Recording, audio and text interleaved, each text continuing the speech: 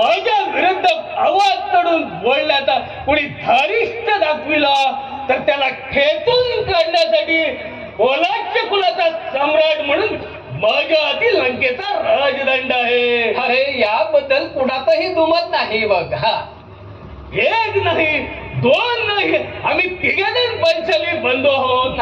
इंद्रजितासारखा सुपुत्र ज्येष्ठ युवराज म्हणून लाभलेला आहे, परंतु एका मानवाच्या काढ्यानं आम्हाला युद्धाचं आव्हान द्यावा म्हणूनच ही युद्धाची तयारी.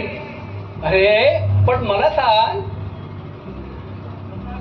त्या बाबतीत मला जरा संशय येऊ लागलाय बघ. होय, मला जरा संशय येऊ लागलाय बघ. मला वाटतं ना हे हे त्या रामातच काहीतरी कृत्य असावं बघ, दैवी कृत्य. मला सांग रे, तू एवढा शिवशंकराचा भक्त ना मग, आणि मला सांग रे ते शिवधनुष्य कुणाचं तर साक्षात त्या भगवान शंकराचं, आणि ते शिवधनुष्य तुझ्या छाताडावर कोसळलं. छे छे छे छे छे छे. म्हणून आम्हा दानवाला त्या मानवाचा वरचढपणा कसा सहन होईल, ज्याने 33 कोटी देवांना देखील बंदी शाळेत घालून त्यांची मिजाज उतरली. असे माझे तात सिंहासनारूढ होण्याकरिता ग्रहांच्या पायऱ्या चढून त्यावर आरूढ झाले. असा दिव्य पराक्रम आजपर्यंत करून दाखवला असेल तर मुनिश्रेष्ठ आपणच आम्हाला सांगावा. नाही नाही, याबद्दल कुणाचाही दुमत नाही. तुम्ही रूपवंत आहात, उगाच रागावतो बा. जरा माझं ऐकून तरी घ्या. बंधो, त्रिखंडात ज्यांची भ्रमंती अशा मुनिश्रेष्ठांचं तरी आपण ऐकून घ्यावं. राजेंद्रा, तुझ्या मनात चाललेल्या विचाराप्रमाणे तू करू शकतो, पण थोरांचं म्हणणं कनिष्ठांचं कानीदानात तितकंच अगत्याचं आहे.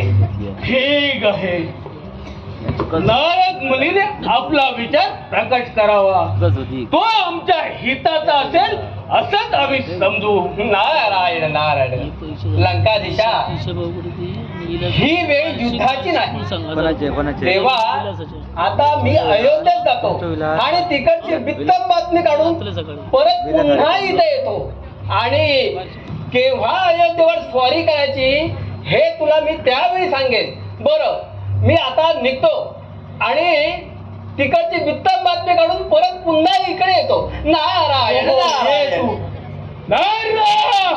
पण एक लक्षात ठेव, तू जर वेळेवर मला आला नाहीस तर दशरथ राजाचा त्याच्या चारी पोटांना ठेचून काढण्यासाठी या लंकाधीशाचं पाऊल